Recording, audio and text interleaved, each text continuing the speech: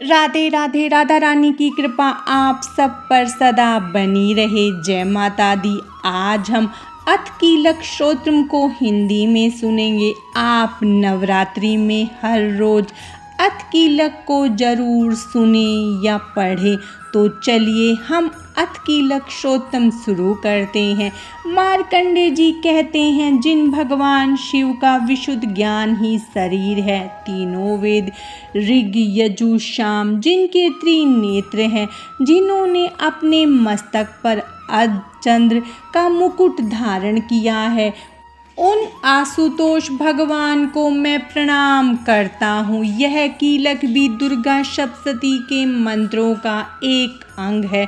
अतः सप्तशती पाठ के साथ ही जो इसका भी पाठ करते हैं उनका सब विधि कल्याण होता है। यद्यपि उच्चाटन आदि क्रियाओं की सिद्धि के लिए मंत्र तंत्र आदि क्रियाओं में लोग निरंतर लगे रहते हैं, इन कार्यों से उनकी मनोकामनाओं की पूर्ति भी होती है। तथापि जो व्यक्ति मंत्रों आदि का जप न कर सके, इस सप्तशती स्तोत्र अर्थात दुर्गा सप्तशती पाठ से ही देवी की स्तुति करते हैं, उन्हें इसके पाठ से ही कल्याणमयी देवी सिद्ध हो जाती है और उन्हें अपनी मनोकामना सिद्धि के लिए मंत्र, औषधि अथवा अन्य किसी साधन की आवश्यकता नहीं पड़ती। उनकी अभिष्ट वस्तुएं उन्हें प्राप्त हो जाती हैं। लोगों के मन में यह शंका उठी कि जब केवल अकेले मंत्र तंत्र आदि के जप से मनोरथ सिद्ध हो जाते हैं और दुर्गा सप्तशती पाठ से भी उपरोक्त कार्य सिद्ध होता है, तो इन दोनों में से उत्तम साधन कौन सा है?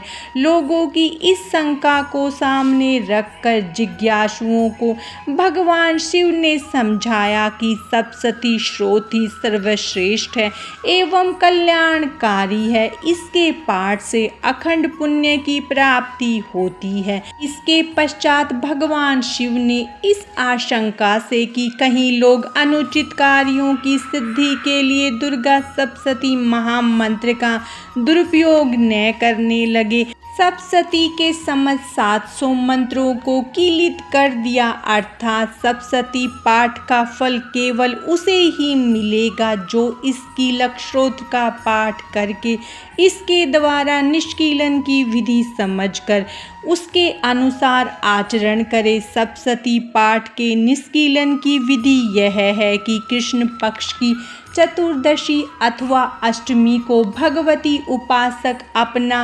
न्यायोपार्जित धन उन्हें अर्पित करते हुए एकाग्र चित्त से प्रार्थना करे, मातेश्वरी, आज से मैंने स्वयं को और अपना समस्त धन आपकी सेवा में अर्पित कर दिया। इस पर मेरा कोई अधिकार नहीं रहा। फिर जगदम्बा का ध्यान करते हुए मन ही मन यह भावना करे, मानो भगवती कह रही हो, बेटा, संसार यात्रा के निर्वाहार्थ तू मेरे प्रसाद रूप में यह धन ग्रहण कर। इस प्रकार देवी की आज्ञा शिरोधार्य करते हुए उस धन का शास्त्र सम्मत मार्ग में सद्व्यय करता रहे। इससे सप्तशती का निष्कीलन होता है।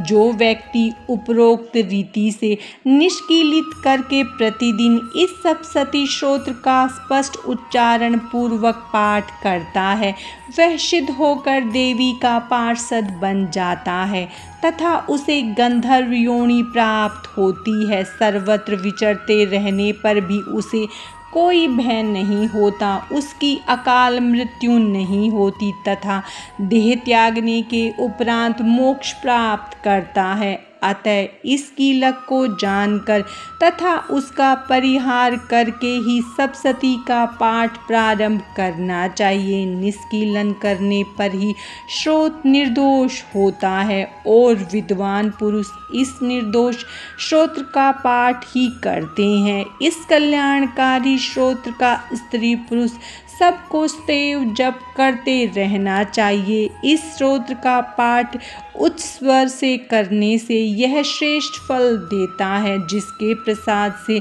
ऐश्वर्य, आरोग्य, संपत्ति, शत्रुनाश तथा परम मोक्ष की प्राप्ति होती है। अथ कीलक श्रोत्रम समाप्तम। माता रानी की कृपा आप सब पर सदा बनी रहे। जय माता दी। राधे राधे।